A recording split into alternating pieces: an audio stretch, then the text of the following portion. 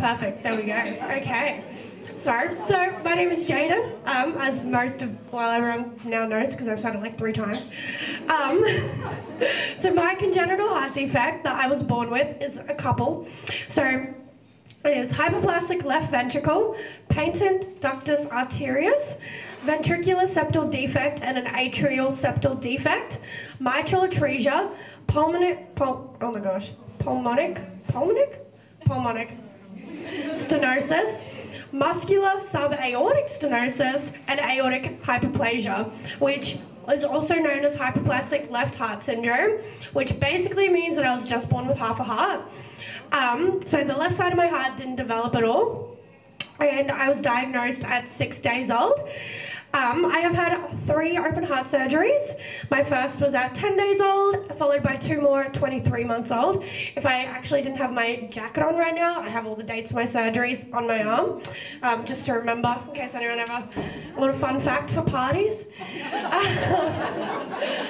So I went in for my second heart surgery when I was 23 months, and then the next day I went straight in for my third one after they found some internal bleeding. And then, yeah, just a couple of other things. So during a routine catheter, heart catheter, at 18 months old, my heart stopped beating, and I had been in congestive heart failure twice before I turned 4. When I was 11, I started having tachycardic episodes where my heart would race up to 200 beats for up to 3 days at a time.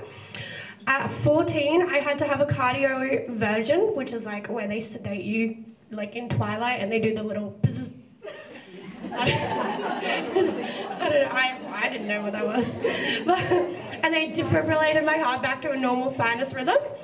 At the end of 2020, I had another cardiac catheter that showed a number of malformations around my heart and lungs that were affecting the amount of oxygen that my heart was pumping around. So my oxygen levels were sitting at around 76, so someone else's might be around 99 to 100%. Mine normally sit around 82 to 85%, but mine was sitting down at 76%. And so in May and August last year, I had 2 angioplasties to burn the malformations, and hopefully this will be proactive in setting up my heart to be healthier for the next 5 to 10 years. And I still have multiple cardiac and liver, thanks to my medical cirrhosis that I have. Kind of like I was going to say kind of like an alcoholic, but I'm not. But that's like the only way to explain it, I guess. Which I've developed because of my heart condition. Every year I have MRIs and ultrasounds, as well as echoes, ECGs, x-rays, blood tests, and I manage my own bloods because I've been on warfarin for like 15 years. And I'm definitely no athlete, but having half a heart hasn't completely stopped me from living a normal life. I got my junior black belt in Taekwondo when I was 12. And thank you. I just want to make special note of that because I tell all my friends in Brisbane and no one believes me. So yeah. And I've had a number of great public speaking opportunities, including being a guest at the former Origin Greats charity lunch a couple of years ago, and at Parliament House before our former health minister, on behalf of HeartKids, where I got to share my story in front of a health minister, and we ended up getting a really great grant from the government for HeartKids. But now I'm 27 years old. I work in admin at the Queensland Children's Hospital in Brisbane, and despite having half a heart, I think having a heart condition has really allowed me to recognize my strengths, and it's probably the reason that I keep pushing myself every day. So that's a little bit about me, but enough about me because I don't really want to talk about me all day. So I have a couple of guests that I want to bring up for you guys.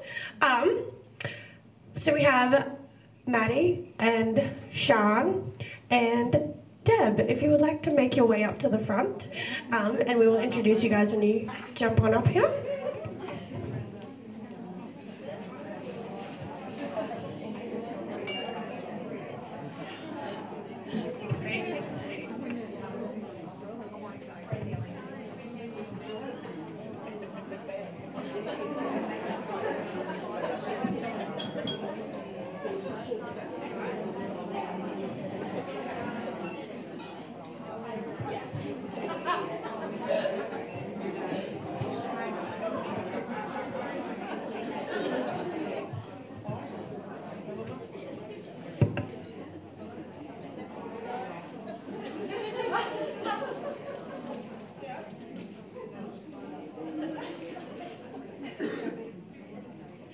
I'm just going to hand it over to them a little bit, just to kind of share their stories, and then I have a couple of questions for you guys. It's going to be super easy breezy, relaxing, but it'll be really great for you guys to kind of get an understanding of what having a heart condition looks like, and different perspectives, and hear from someone else other than myself.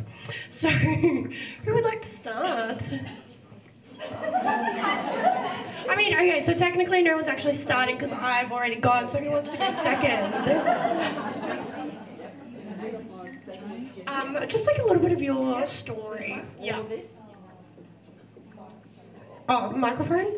Anyone who would like? Oh, great. Just like introduce yourself a little bit, share a little bit of like how CHD has kind of affected you.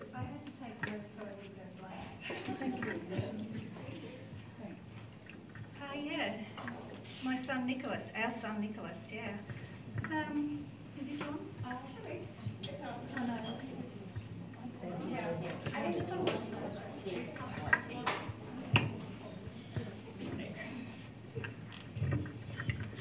Yeah.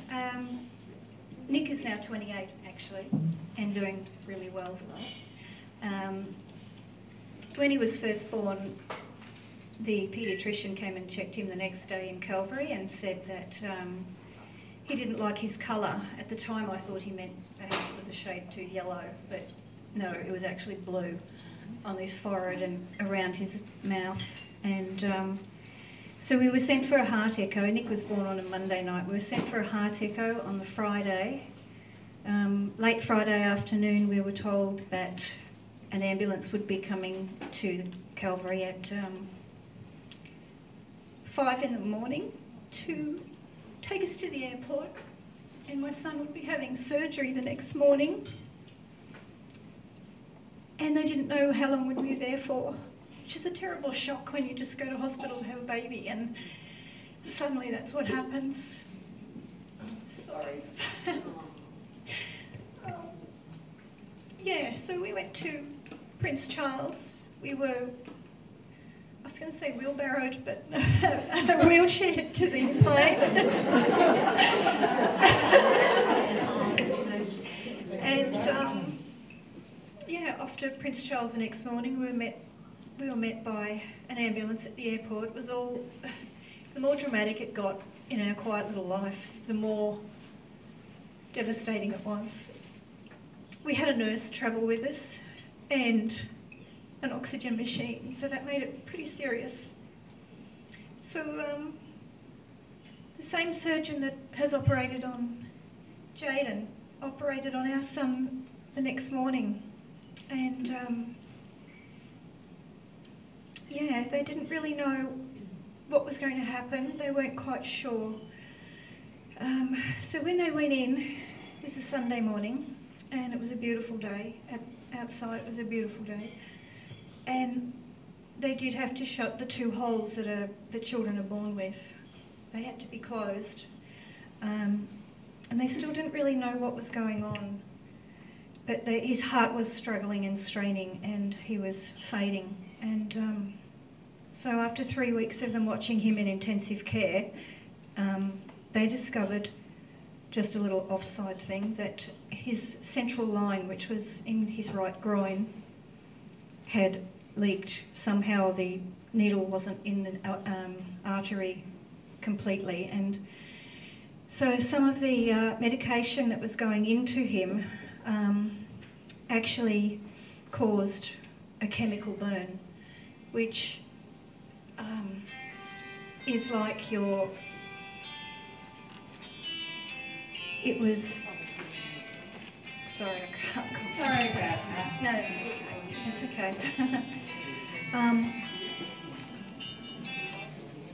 Yeah, the chemical burn, that was a burn from his artery up through his flesh and out to the surface. And it was horrendous. And I actually spoke to the head of intensive care that was there at that time.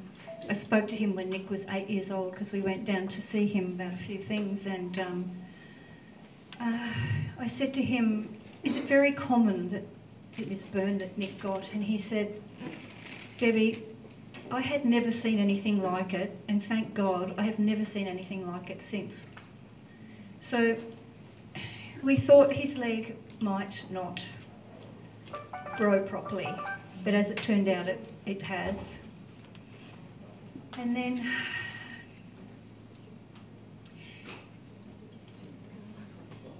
during that time they actually got me to listen through a stethoscope to his head, and they said to me, "Can you hear that in his head?" And it sounded like a tap rushing very quickly of water through his head. And I said, "Yeah, I can." And he said, "Well, it's not meant to sound like that." And I said, "Oh, what are you meant to hear?" And he said, "You're not meant to hear anything. There's something really wrong inside his head." And it ended up he had what they call an AV malformation. And over the next few days it became quite obvious, and we were told by the head of intensive care unit that he only had a day or so to live. But he did live. They took him by ambulance, and this alone is traumatic for parents. When they take your baby in a hemicreep in the back of an ambulance with a nurse and a doctor, and are still treating him while they're taking him to another hospital for them to see if they can do anything else for him. And fortunately there was a wonderful neurosurgeon who took him on. We went from Prince Charles to the Royal Children's, and the neurologist looked after him for about a month, and it was actually on Good Friday of Easter that we were waiting for him, and he said, "Look, I think his body has adapted," because what an AV malformation is a big bunch of veins where it's not meant to be. It's just a defect, and it meant that the blood had been rushing back to Nick's heart too fast and too much, and that's why his heart was failing. So yeah, he said, "I think his body has adjusted, and his body can cope with it, but for the rest of his life, I want you to stay in touch, and if he shows any changes, anything about him, you must get back to us straight away." So there were no changes, which is great, but we used to go down every 2 years to get him looked at by, well, our visits to Brisbane to the Royal Children's was to see the thoracic unit and the heart doctor, and and then the other bit I forgot, and the burns unit, because he had to undergo 4 skin graft surgeries to fix this big wound where he'd been terribly burnt. So he had 4 skin grafts to cover that patch over, and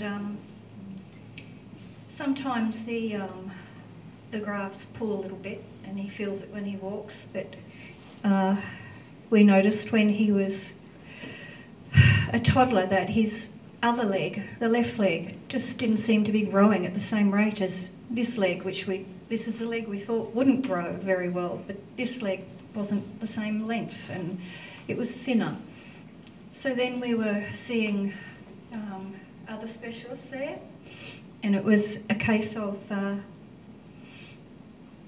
he had, after lots of investigations and many trips backwards and forwards to Brisbane, it was discovered he had an angiogram, which is when they shoot the dye through you, and they did his whole vascular system, and it showed that in his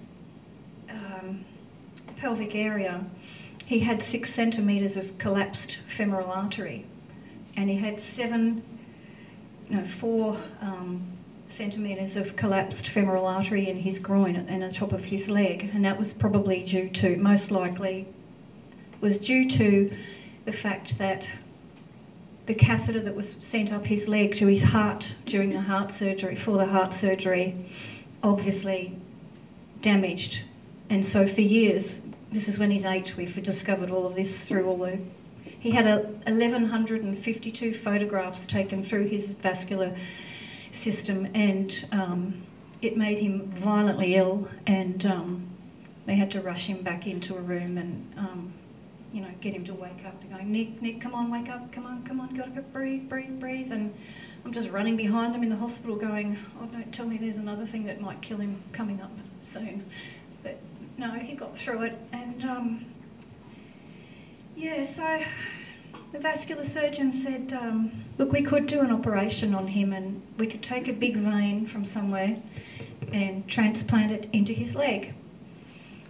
And he said the only problem is with that is that there's a 1 in 100 chance that could fail. And if it fails, that means he loses that leg. And by the way, this leg with the burn, chemical burn, he could have lost that one in a heartbeat too. Fortunately, he's got 2 good legs, but he does have, you know, he gets a lot of pain in his left leg because he eventually, we saw another, when he was in his early 20s, he said, Mum, do you think now that I'm older, it would be safer for me to have any vascular surgery? So we went and saw another specialist in Brisbane, and he said, yep, I can do it. Times have moved on, and we can put an artificial artery in there. So he went into theatre, and he had about a 20 centimetre incision across his tummy and about a 6 centimetre one in his groin, and he was in a lot of pain. And he recovered from that and came good, and we went home, and I said to him, please don't try and go running, because he could never run with the other kids at school. He couldn't keep up with them, and he'd get too much pain. And if we were out as a family, he, you know, we knew as a family we would never complain, of course. And his younger brother was always wonderful with him, and he'd just say, Mum, I have to stop, my leg's killing me. So that's what he was living with. So that's why we did the vascular surgery. So we had that done, and he was just over the moon, because he could go walking quick and he could run up the hill at home, and it didn't hurt anymore. And damn it, 6 months later, there was something wrong with it. Back to Brisbane, and his body had just decided it didn't want to go through the artificial artery. It just wanted to go the old way it was going, through his smaller arteries. So it was an epic fail. He had the surgery done a second time. It failed after 2 days, so the specialist said, look, mate, you're just going to have to live with it. And fortunately, for his mental health and for his legs, he walks miles every day. He lives in Brisbane with his brother, and they walk up and down hills, and he does lots of physical fitness. And yeah, but I've got to say, it's been a long journey. Not quite the same as Jaden's, a bit different to Jaden's, but it started with the heart, and we couldn't be prouder of the man he is today. He's just an amazing young man. He's so full of empathy for people, and intelligent and kind, and he's just amazing. He knew I'd be upset here today.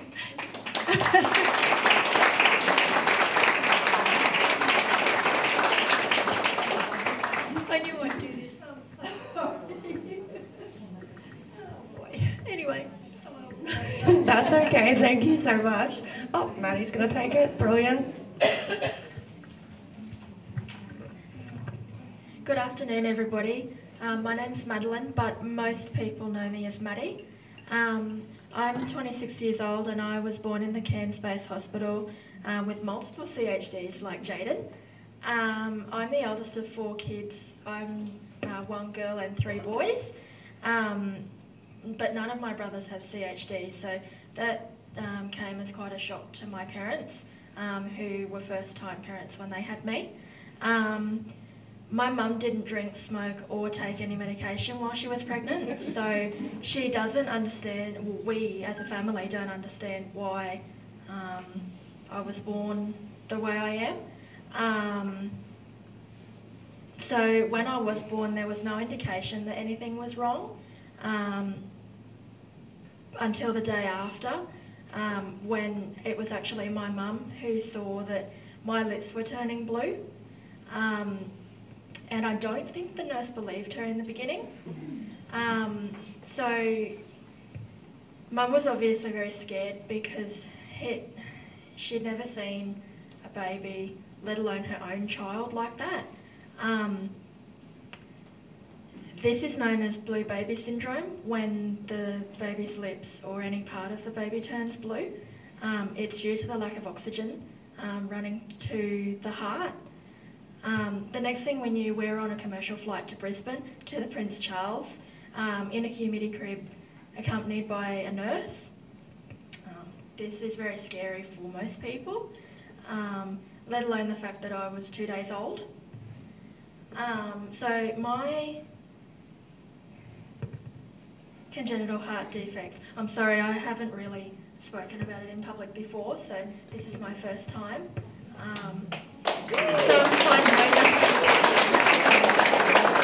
So my congenital heart defects are VSD, which is ventricular septal defect, which means that there's a hole in the heart. TGA, which is transposition of the great arteries. So that basically means that the two main arteries of the heart are swapped around, and the doctors have to go in and untangle them. And pulmonary atresia, so when the valve that controls the blood flow from the heart to the lungs doesn't form properly, or doesn't form at all. So as I mentioned, I had my first surgery at 2 days old, followed by open heart and major reconstructive surgery at 10 months. Unfortunately, this didn't go very well. I ended up on a ventilator for 4 months, and the doctors didn't even think that I would make it. But by some miracle, I pulled through. I returned for more open heart surgeries at 2.5 and 5 years old. Thankfully, I haven't had any more surgeries, open heart surgeries yet, but they are still coming. Luckily for me, I don't remember any of these, and I went about living a relatively normal life. That is until just before my 10th birthday, when I unexpectedly had a cardiac arrest in the pool at home. Once again, I was flown to the Prince Charles Hospital in Brisbane, this time with a RFDS.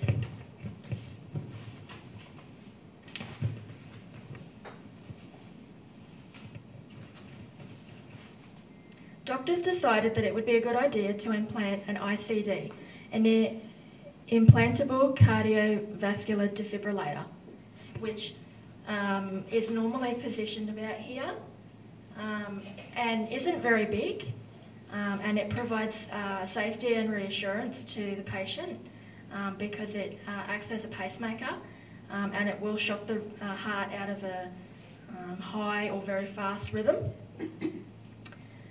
At this time, I was the youngest person in Far North Queensland to have this implanted. The benefit of the ICD is to allow you to go back to a relatively normal life without the fear of having another cardiac arrest. Of course, the device has a lifespan, and I've had many surgeries to replace the battery and the canister. In 2019, at the age of 23, I was 2 weeks shy of going on a 6-week trip to Europe, when unfortunately, my device decided that it was its turn to go to hospital. So, my device started shaking, vibrating and flashing. I thought it was a fire alarm going off until I felt that my chest was vibrating and I didn't know what to do. Since then, we'd discovered that the ICD had fractured and the leads needed to be extracted from the heart. Off we went back to the Prince Charles.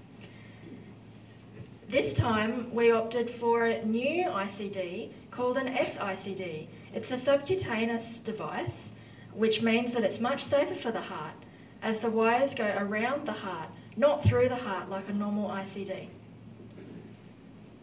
5 months later, I was on the plane to Europe.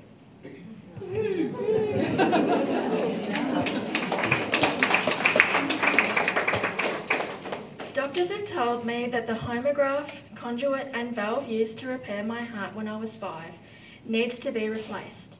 Usually they have a lifespan of 15 to 20 years. I've had mine for just over 21 years, so I know that it's definitely an investment. And we joke as a family that I've had lots of borrowed time and extra time. With the advancements of technology in heart surgeries and techniques, they're hoping to perform this surgery via keyhole, which means that they won't need to do open heart surgery, which was a very big relief to me. I felt like I won the lottery that day when they told me. Even though I've been through a lot on my journey, it's been quite confronting for me. I consider myself to be very lucky. The Prince Charles and the staff are miracle workers, and the love and support my family gives me is very strong, and they allow me to live an amazing life. To all of them, I'm extremely grateful.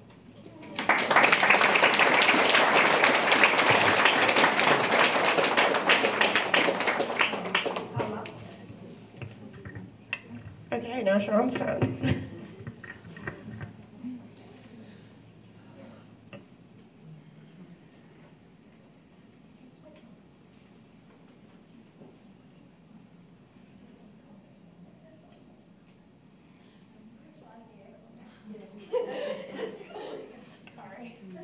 Just saying we're a little bit cold up here.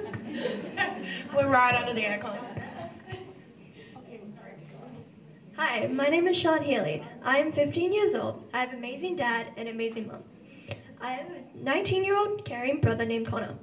I have a first sister who is almost 13 this year named Millie. She doesn't know she's a staffy though.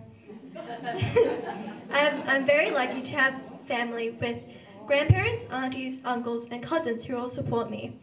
I go to high school at St. Mary's Catholic College, where I'm 19 years, not 19, I'm in grade 9.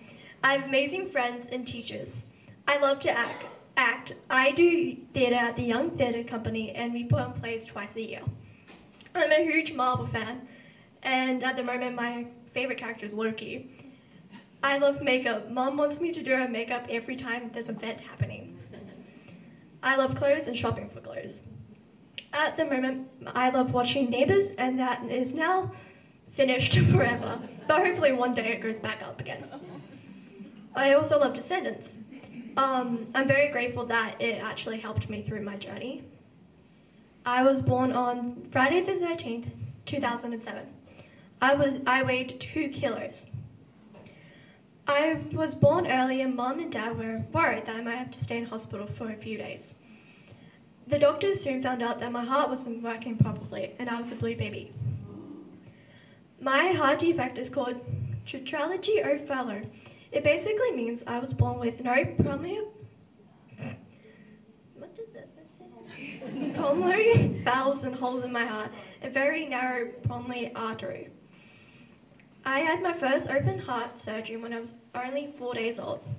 My heart was the size of a small strawberry. By the time I was in 4th grade, I had been through 5 open heart surgeries. I go and see my gynecologist, Dr. Ben, once a year, and he checks on how my heart is going. I don't remember my stays in hospital when I was a baby, but I do remember the later ones. I mostly missed my dog, my dad, and my brother. I have a scar on my chest that is almost down to my belly button. I have a lot of scars on my body from different procedures that I don't even remember having. I love my scar. Yeah, I love my scar and I'm proud of it. It shows people that I'm strong, and some people ask me about it and I'm happy to talk about it.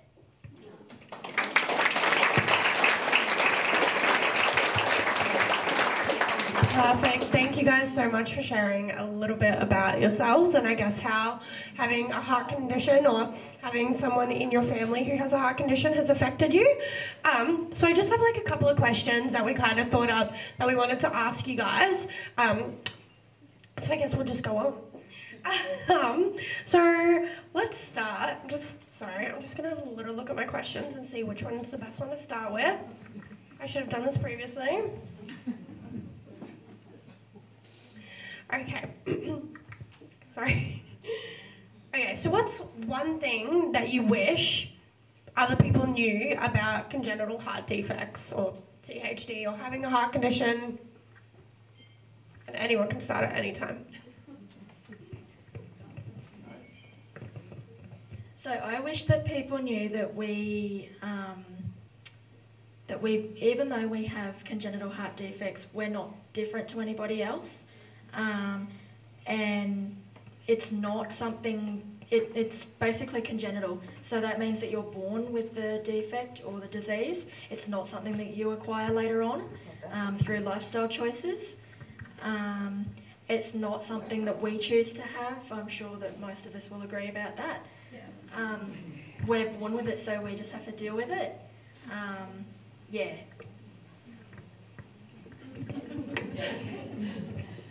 I cry this time.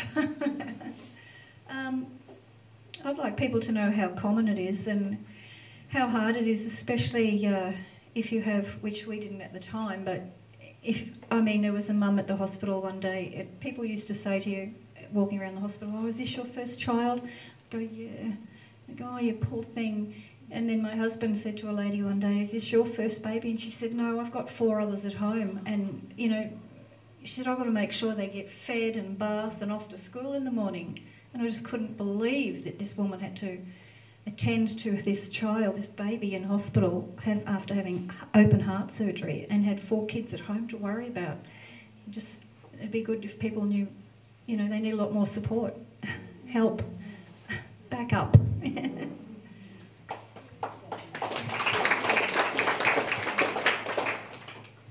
I wish that people knew about CHD is that on the outside we look like other kids, but on the inside we're just built different.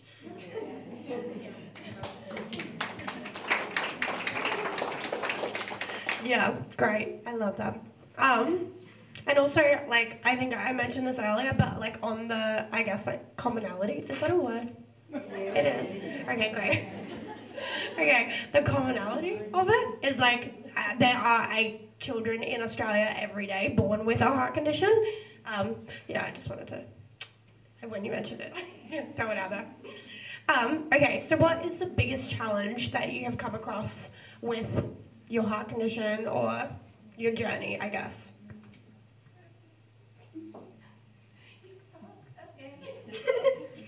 My illness meant that I missed a lot of school and I'm still catching up on it.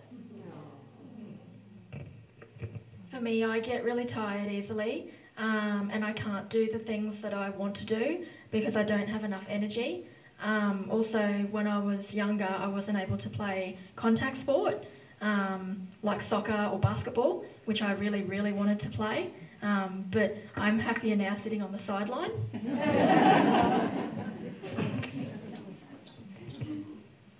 Well, one challenge for us in hospital was we used to stand by one of the machines that was showing how many breaths a second or every 5 seconds that my baby was taking. And I remember one day calling the nurse in and saying, "We've been standing here counting and this machine is not working properly because we've counted this amount per so many seconds and there's been a lot more than that." And we had to be told, just back away from the back away. Just leave us do all that stuff. Yeah, that's about all I can tell you. Great, love it. And on that, or I guess the opposite to that, is what is your greatest achievement? Or, yes, Nick's greatest achievement, or something that you're super proud of. It possibly sounds corny, but the fact that he has got through every single thing that's been thrown at him in his life, and it's upset me over the years when I'd have to go back to school and say, "Look," to the sports teacher, "I know you think you're doing the right thing, pushing him to try running and to try this, but seriously, it's killing him. It's so painful. His muscles in that leg aren't getting enough blood supply for him to be able to run." But yeah, My son's greatest achievements is just still being here, and he's not full of anger or hate for what's happened to him. He's just a loving human being and doing really well. Yeah, we're so grateful to have him.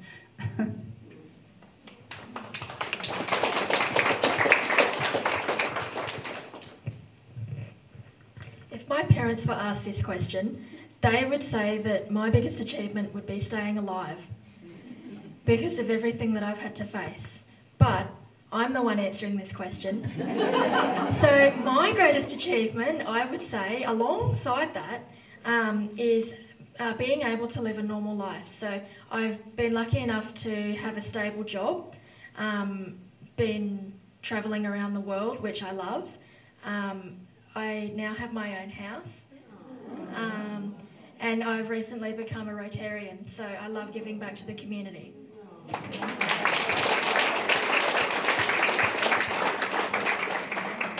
My greatest achievement is that I got a B+ for my English. And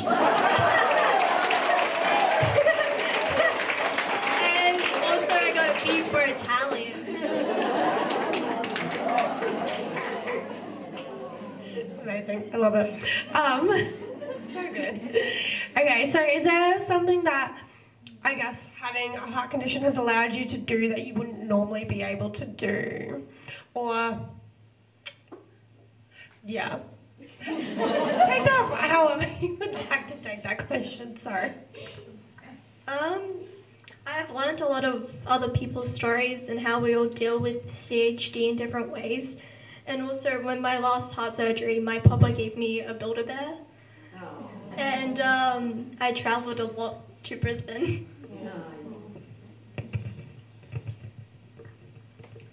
So I think that I've been able to empathise a lot with other people regarding other health conditions because I've had to understand my own, which can be very challenging at times. And due to the fact that I have an ICD, I've been able to join a lot of support groups. Other people with pacemakers, and also a cardiac awareness Facebook group, which is an online community with people all over the world.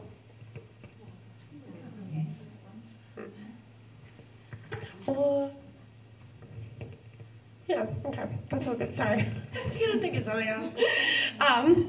Okay, well then on, I guess, like the back of that, and Deb, you could probably start us off because you didn't get to answer that question, is like, what are some bonds that you've been able to form throughout your journey with Nick, and how have they impacted you?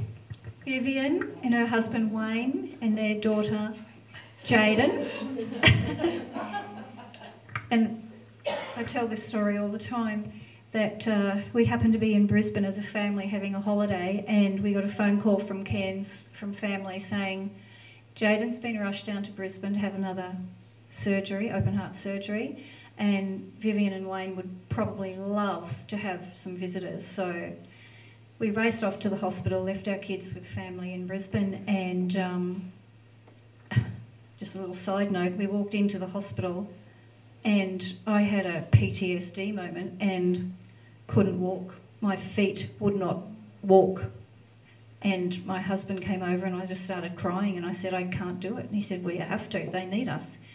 So we went in, and I was fine by then, and just seeing Vivian and her husband's faces, that look of horror that I was quite used to.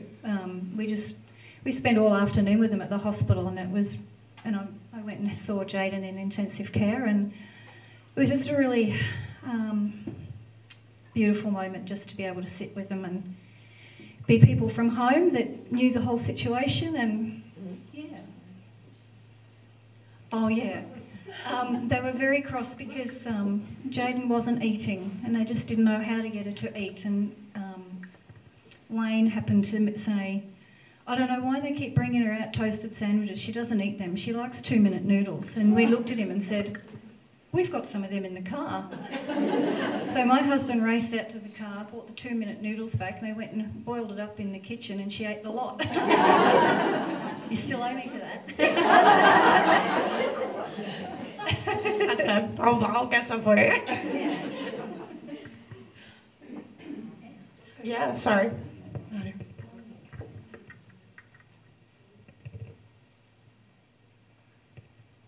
My strongest bond, without a doubt, would be my family, especially my mum, who's sitting over there. Give us a wave. Yeah, Mum, right there in the front. Give us a wave. Yeah.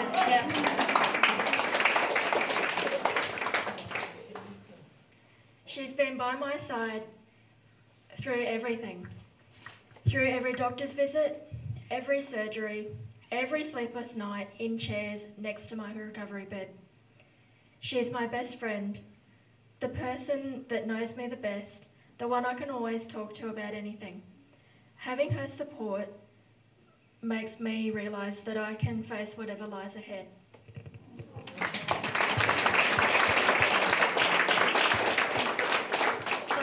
I would say I met a lot of amazing doctors and nurses. And Jaden.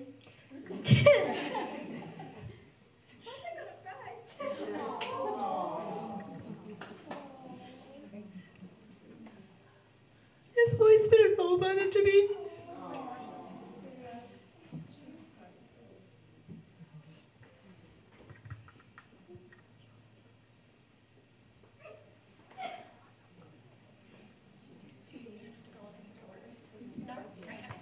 That's okay, perfect. Amazing. Thank you so much. You're so sweet.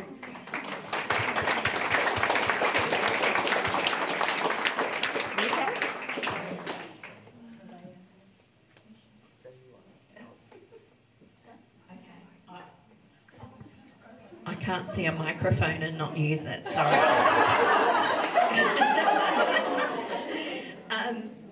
These stories are all amazing. What Sean's trying to say, we wrote this together to have HeartKids and to have Jaden, and I think you'd all know that Jaden has been an amazing HeartKids ambassador up here in Cairns, and to regional families up here where we feel like we're alone, to have Jaden and Vivian organise the things that they've organised are just amazing. Sean looks at you and you are her role model. I'm going to cry now. No. You were talking about tattoos. She's had 5 open hearts and she said, maybe I could. When Shani was little, they said, you'll never be able to have earrings, you'll never be able to do, a lot of stuff. Sean said, Jaden's got earrings. So we were there the next week getting earrings. Dr. Ben said it was okay, so we were into it. But we do have to say thank you, so I'm going to hand it back to you, Jaden. Thank you. Thank you so much. That's so sweet. Thank you. I adore you guys. Okay, we'll just go on with 2 more questions. We'll go with like a bit of a funny one, I guess, and then we'll kind of end it after that. But what's like, I guess, because I know I've had a lot of people say like a few ridiculous things to me having a heart condition. Like I remember one day someone said to me, so like is the other half of your heart just like in a jar at home? Or like, oh no, I don't have it. But I guess like what's something that like you guys get a lot or someone has said to you? A taxi driver in Brisbane told my mom that at least they can fix it.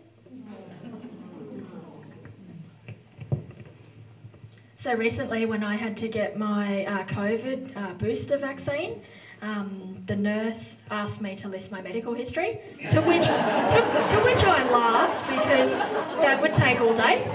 Yeah.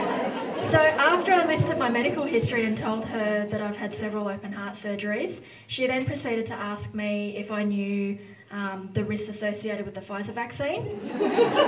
To which I said no because I wasn't informed.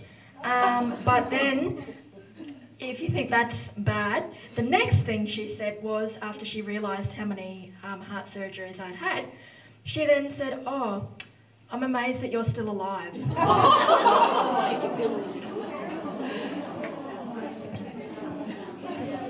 And she was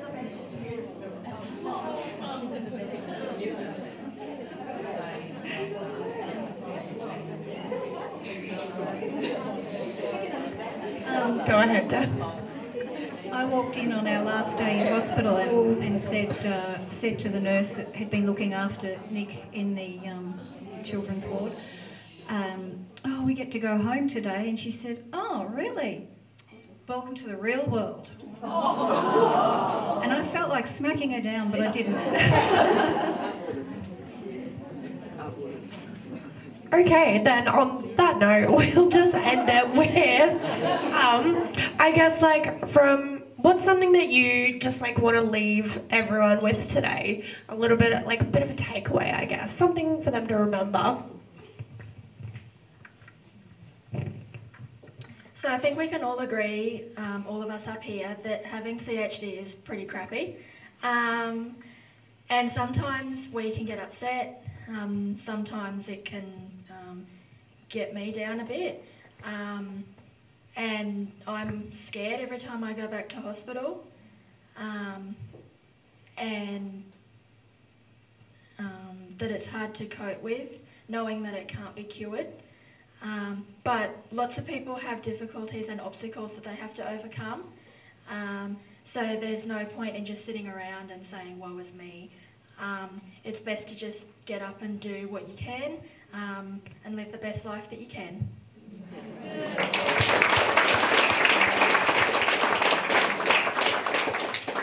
Probably that, like, we're all strong in our own ways, and we are stronger than normal people. I